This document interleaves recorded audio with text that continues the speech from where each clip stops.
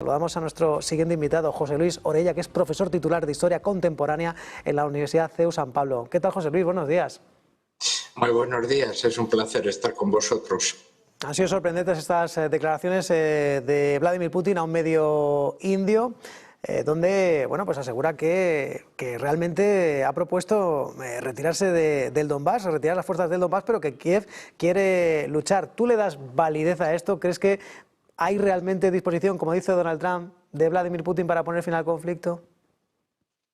Hombre, hay una voluntad, pero claramente cada uno lo que quiere es obtener un poco lo que quiere, ¿no? O sea, Estados Unidos, pues como principal responsable de ese nuevo orden internacional que va sellando. Y Rusia claramente salir también un poco del conflicto, pero más o menos con una victoria que pueda vender, que ha conseguido dos aspectos principales para ellos. El principal, pues que la OTAN no ha conseguido absorber a Ucrania, que Ucrania va a permanecer pues como un estado colchón entre la frontera de la OTAN y Rusia, y que por tanto habrá esa distancia geográfica para que bueno, pues misiles ofensivos no puedan amenazar el centro, el corazón un poco de Rusia en un posible conflicto futuro, ¿no? Un poco todo aquello de lo de la expansión, del fin de la Guerra Fría y la expansión de la OTAN.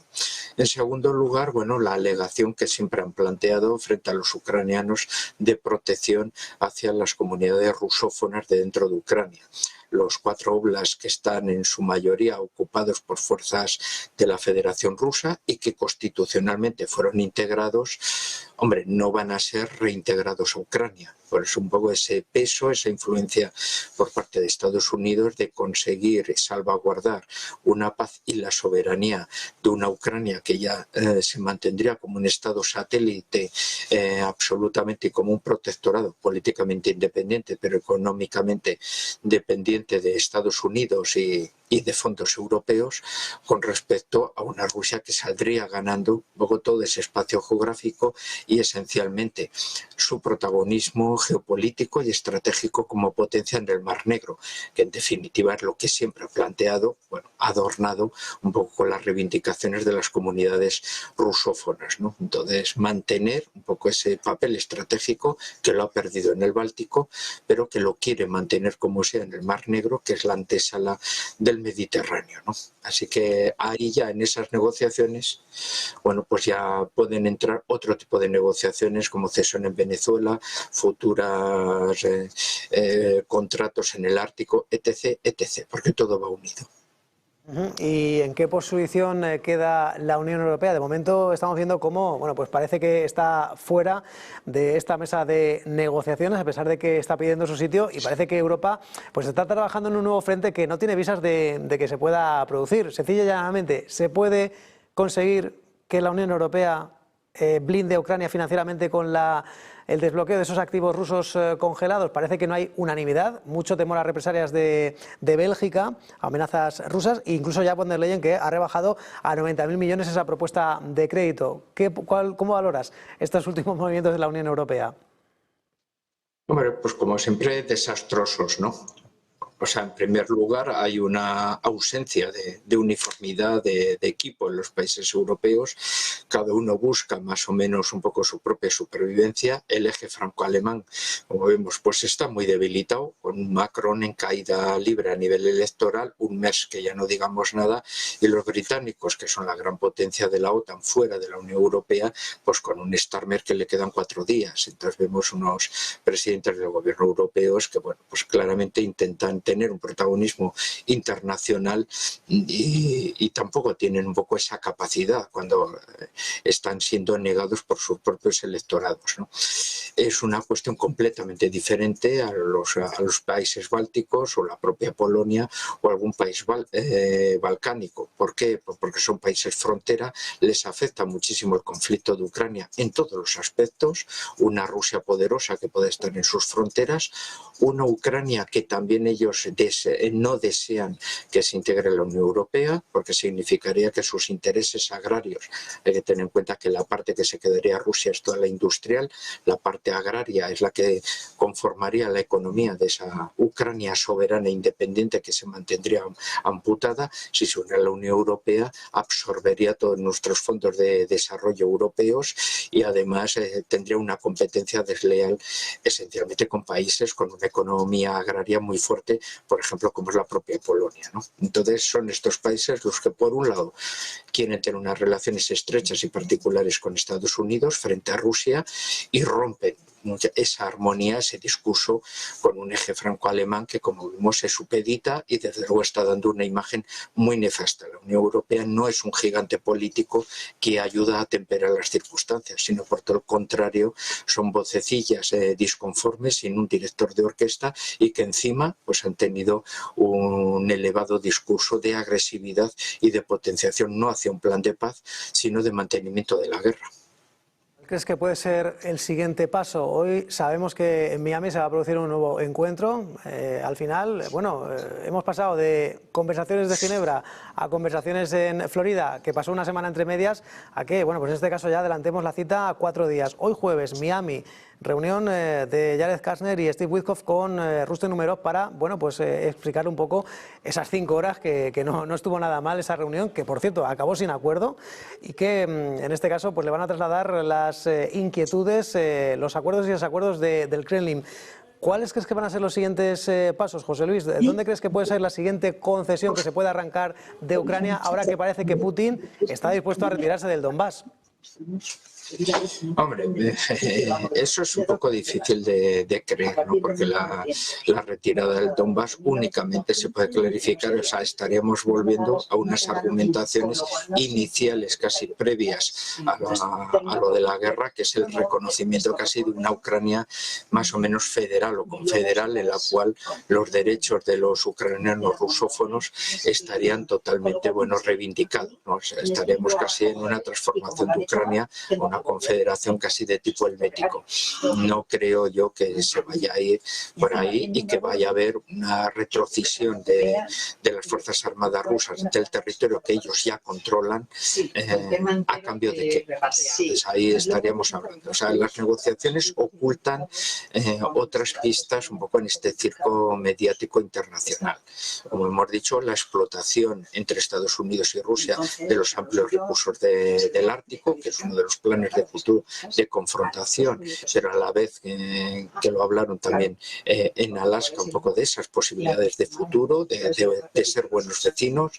Por otro lado, lo estamos viendo también en el caso caribeño de lo de Venezuela, una Rusia muy callada en el planteamiento de que precisamente Venezuela pertenece a ese ámbito de actuación de Estados Unidos, lo cual por otro lado tendría que dejar una cierta dejación en que Rusia también pueda para ser esa potencia regional y tener su área de influencia, que es lo que ha reivindicado Putin, se puede decir desde siempre, ¿no? La vuelta de Rusia al escenario internacional y volver otra vez a regir un poco sus áreas vecinales de extranjero próximo, más o menos un poco en esos ámbitos. O sea, por ahí es donde hay una, se puede decir, esta estabilidad y son lo que podemos decir son los caminos de negociación que tradicionalmente siempre se han llevado.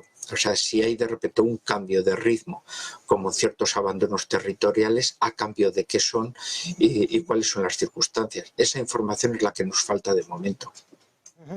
Y otro de los focos de tensión actuales están en Venezuela, con esas incursiones marítimas de Estados Unidos, más allá de ese ataque el pasado 2 de septiembre. Donald Trump sigue alimentando la posibilidad de una intervención terrestre en Venezuela. Dice que muy pronto puede comenzar. No sé hasta qué punto crees que puede pasar esto y cuál podría ser la reacción en el orden internacional. Hombre, vamos a ver, o sea, una intervención a nivel de invasión con miles de hombres, o sea, lo que sería una operación tipo como la guerra de Irak, no creo que se vaya a producir en Venezuela.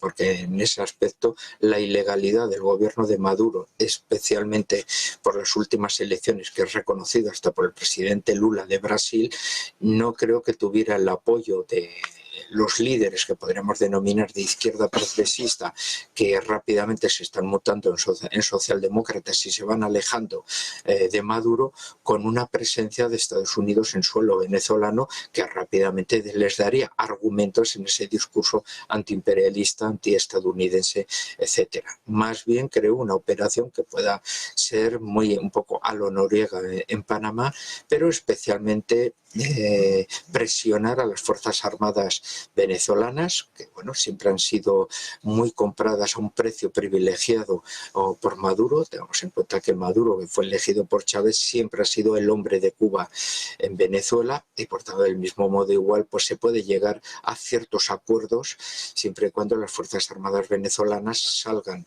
sin restricciones, sin castigos, pues igual pueden negociar con Estados Unidos una entrega de su líder político que vaya a un tercer país, a Cuba o a otro país donde sea, y de esa manera proceder a esa transición hacia una democracia y un control a través de empresas americanas y de otro tipo de los recursos venezolanos, que tengamos en cuenta toda la exportación y el mantenimiento del régimen. Además se ha hecho vendiendo sus recursos energéticos, de los cuales dependen, a los propios Estados Unidos.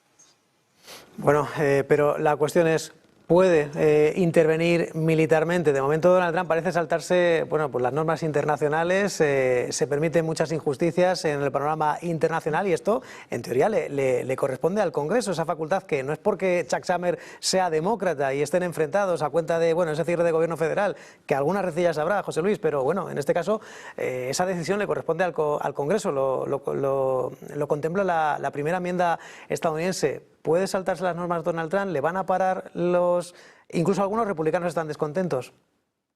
Hombre, totalmente. Es una falta del derecho internacional absoluto en ese ámbito. Lo que pasa es que para eso siempre han existido las campañas de lucha, ¿no? Que si antes era la lucha contra el terrorismo, ahora es la lucha contra el narcotráfico, que como vemos, bueno, puede tener unas implicaciones, pero en contra de todo el derecho internacional. Pero bueno, que vamos a hablar cuando hemos visto, bueno, intervenciones hasta en Yugoslavia con argumentos que luego nunca se confirmaron, o del mismo modo incluso con lo de Irak, ¿no? O sea, Estados Unidos está en una voluntad que, bueno, que cuando se salta el derecho internacional, pues se lo salta y no hay unas consecuencias, porque nadie puede abrigar un poco todo eso. Entonces, claramente Donald Trump va aplicando una política internacional que nos está, pues, ¿no?, retrotrayendo un poco al siglo XIX, al palo y la zanahoria, y a un campo en el cual intenta demostrar que el continente occidental, o sea, el continente americano,